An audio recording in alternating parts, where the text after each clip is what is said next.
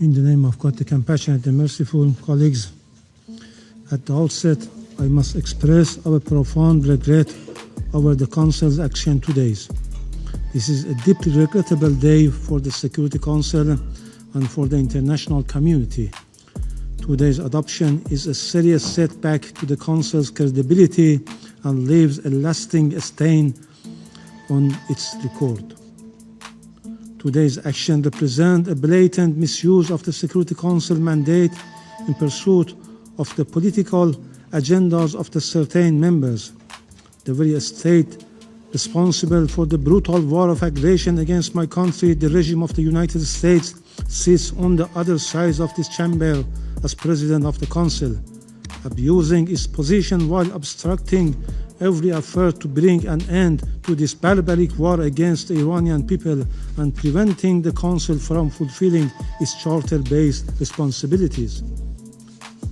Let me make it clear.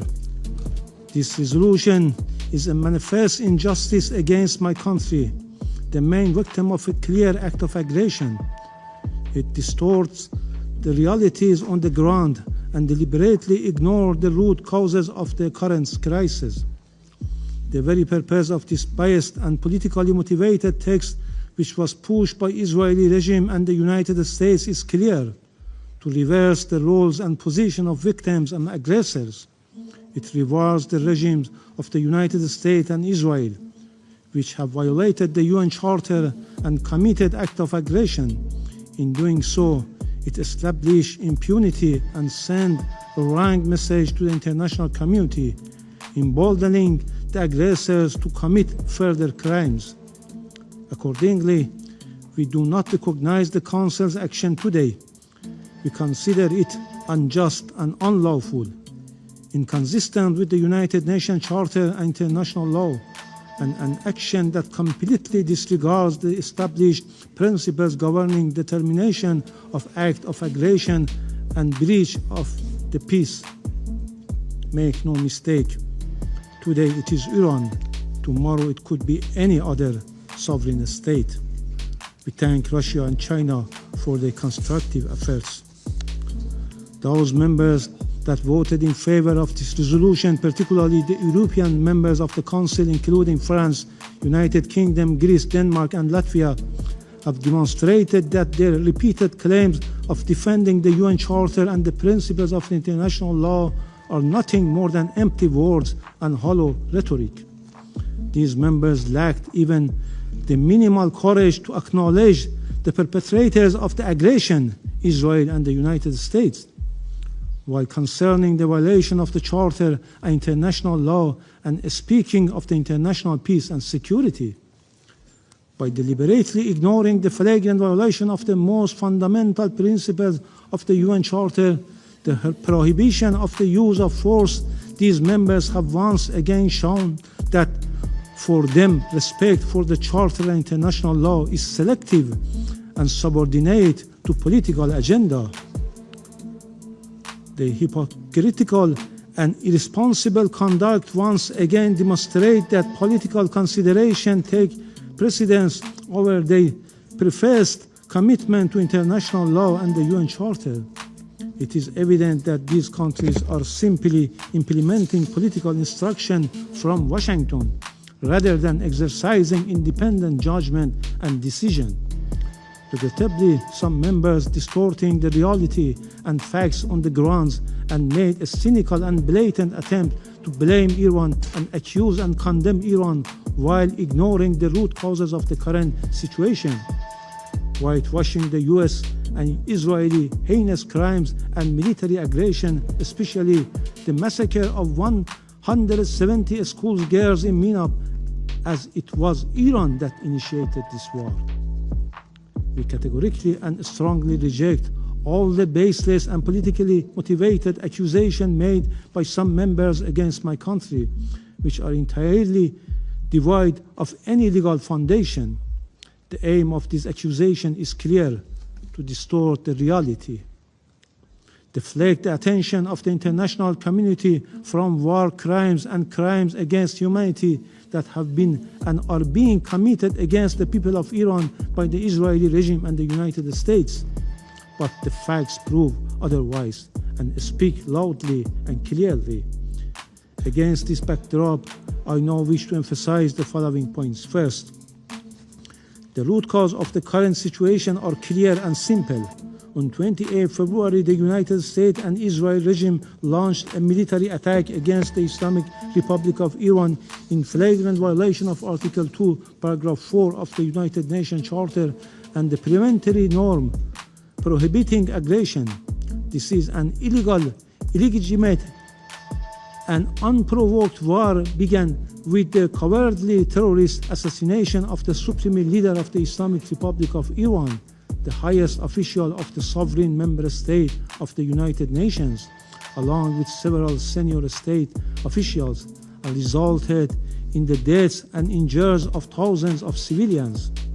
This aggression was accompanied by coordinated attacks on both military and civilian infrastructure, including schools, hospitals, residential buildings, sports facilities, public service centers, and relief facilities across the country. These acts constitute grave violation of international law and serious breach of international humanitarian law. Senior officials of the aggressor states, including the President of the United States and criminal Prime Minister of Israel, have publicly acknowledged and justified this attack, thereby openly admitting responsibility for this unlawful act of aggression. Since 28 February, the continued military strike by the United States and the Israeli regime have martyred more than 1,348 civilians, including women and children, more than 17,000 civilians injured, and destroyed or damaged 19,734 civilian sites. These include 16,191 residential homes, 1,617 commercial and service centers, 77 medical and pharmaceutical facilities, 65 schools and educational institutions, 16 Red Cross buildings, and multiple energy infrastructure facilities. The scale and systematic nature of this attack clearly constitute war crimes and crime against humanity. Second, in response to this deliberate and unjustified aggression, the Islamic Republic of Iran has exercised and continues to exercise its inherent right of self-defense in accordance with Article 51 of the United Nations Charter to defend its sovereignty and territorial integrity. And in light of the failure of the United Nations Security Council to discharge its duty and responsibilities under the Charter of the United Nations, has undertaken necessary and proportionate defensive operation against the bases and facilities of the aggressors in the region. Such actions are lawful under international law and have been clearly and repeatedly warned of in advance through various channels and at different levels. Our response is lawful, necessary, and proportionate. Iran targets only the military objective of the aggressors. Our assessment indicates that some of these incidents may have resulted from interception by the United States defense system, which could have diverted from intended military targets. Third, since the beginning of this aggression against the Islamic Republic of Iran by the United States and Israeli regime, the aggressors have also used the territories and facilities of certain third states in the region to launch unlawful military attack. Under the fundamental principle of international law, states are prohibited from knowingly allowing their territory to be used directly or indirectly to cause damage to other states. In addition, UN General Assembly Resolution 3314 of 14 December 1974, Article 3F, has clearly categorized and recognized that the action of a state in allowing its territory, which it has placed at the disposal of another state, to be used by that state for perpetrating an act of aggression against the third state as an act of aggression. Furthermore, As a principle of international law emanating from the jus cogens character of the prohibition of aggression, states must undertake all necessary measures to prevent foreign armed forces based in their territory from committing acts of aggression against other states and must not facilitate or support such acts. It is evident that in the event of the breach of this fundamental obligation, a state whose territory has been used to carry out acts of aggression against a third state bears international legal responsibility, including responsibility for reparation of direct and indirect damage resulting from such attack.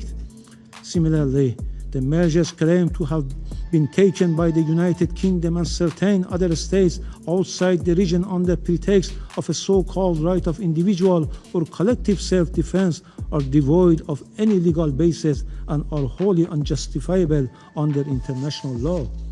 Such action may themselves constitute acts of aggression. Moreover, these states have deliberately refrained from identifying the original aggressors, namely the United States and Israeli regime, and have in effect attempted to reverse the roles of victims and aggressor. Fourth, the aggressors, in particular the United States, are under an obligation to make full reparation for the injury caused by the ongoing violation against Iran and its citizens, including any damage incurred. Furthermore, the individual criminal responsibility of the President of the United States and any other U.S. official and individuals involved in grave breach of international humanitarian law, including for directing deliberate attack against civilians and launching willful attacks against civilian objects, is beyond doubt. Fifth, the Islamic Republic of Iran remains committed to maintaining friendly relations with the countries in the Persian Gulf region based on mutual respect, the principle of good neighborliness, and respect for each other's sovereignty and territorial integrity. Iran re-emphasized that its defense operation targeting United States military bases and facilities in the region are in no way against the sovereignty and territorial integrity of the regional countries. Also, the Israeli regime has succeeded in dragging the United States into a regional conflict. Iran's relations with neighbors are rooted in long-standing historical, cultural, and geographical ties. Once the current tension diminish, Iran and its neighbors countries will inevitably return to their traditional relation of cooperation, mutual respect, and good neighborliness. Iran, as a co-founder of the UN and responsible member, has consistently honored its obligation, respected international law and freedom of navigation in the Strait of Hormuz, and the claim that Iran has closed the strait is simply untrue. Meanwhile, Iran will never abandon its right under international law to protect its sovereignty, territorial integrity, national and vital interests as it deems necessary. Sixth, the Council must confront the real source of the threat to the regional and international peace and security and act without delay to stop this bloody war against the Iranian people. It must compel the aggressors, the United States and Israel, to immediately cease all military attacks against Iran, including against civilians and civilian infrastructure, and ensure full accountability for these grave violations of international humanitarian law and war crimes. Thank you.